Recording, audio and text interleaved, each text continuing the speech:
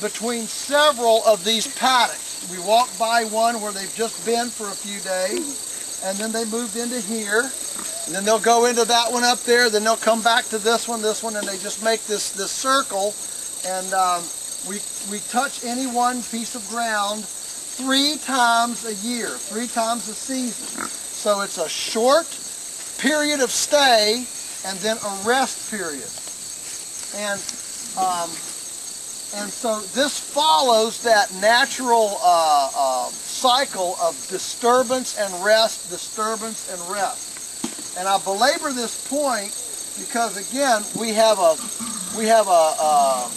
huge misunderstanding in the radical environmentalist agenda that the best thing we could do for the planet is to annihilate all humanity. And so the question is natural, well, what are we here for?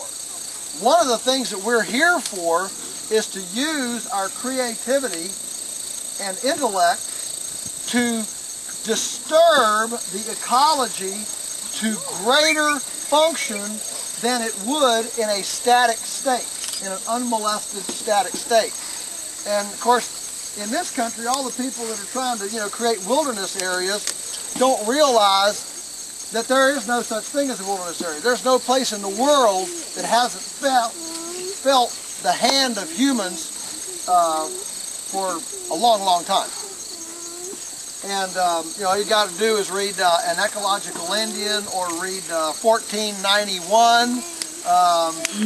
These are tremendous anthropological and archaeological findings to confirm this notion. This notion that people have been manipulating the landscape way longer than since the chainsaw was invented. Okay? So, if we say that our responsibility is to disturb what I call massage the ecology into greater productivity, how does nature do that? Nature does that with disturbance and rest. Believe me, when a herd of 3 million buffalo ran through here being chased by wolves, that was an ecological disturbance.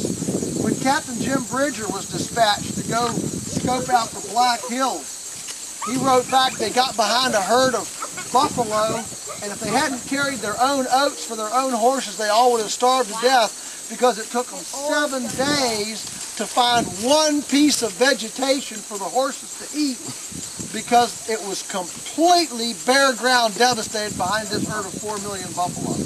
I don't know how he counted 4 million buffalo, but anyway, that's what he said. The point I'm making is that fire and herbivore herds of herbivores are disturbance factors that move succession, vegetative succession, and land succession to a higher plane of solar conversion into biomass.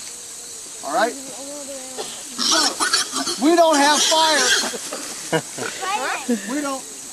How dare you touch my salad bowl? So we don't have fire anymore because the fire department will come put out a fire.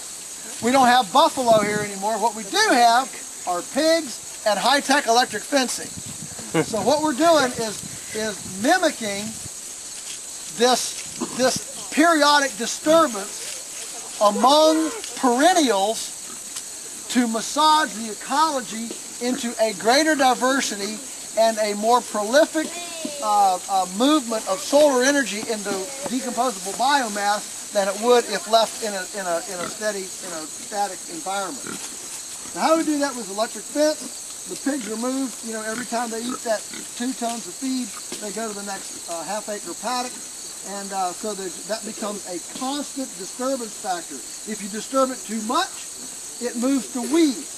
If you don't disturb it enough, it goes to brambles and then back to woods. So there's a real sweet spot of disturbance that's just the right amount of exercise to what we, ecological exercise, to what we call build body, but not tear it down. Okay, that's what we're after here.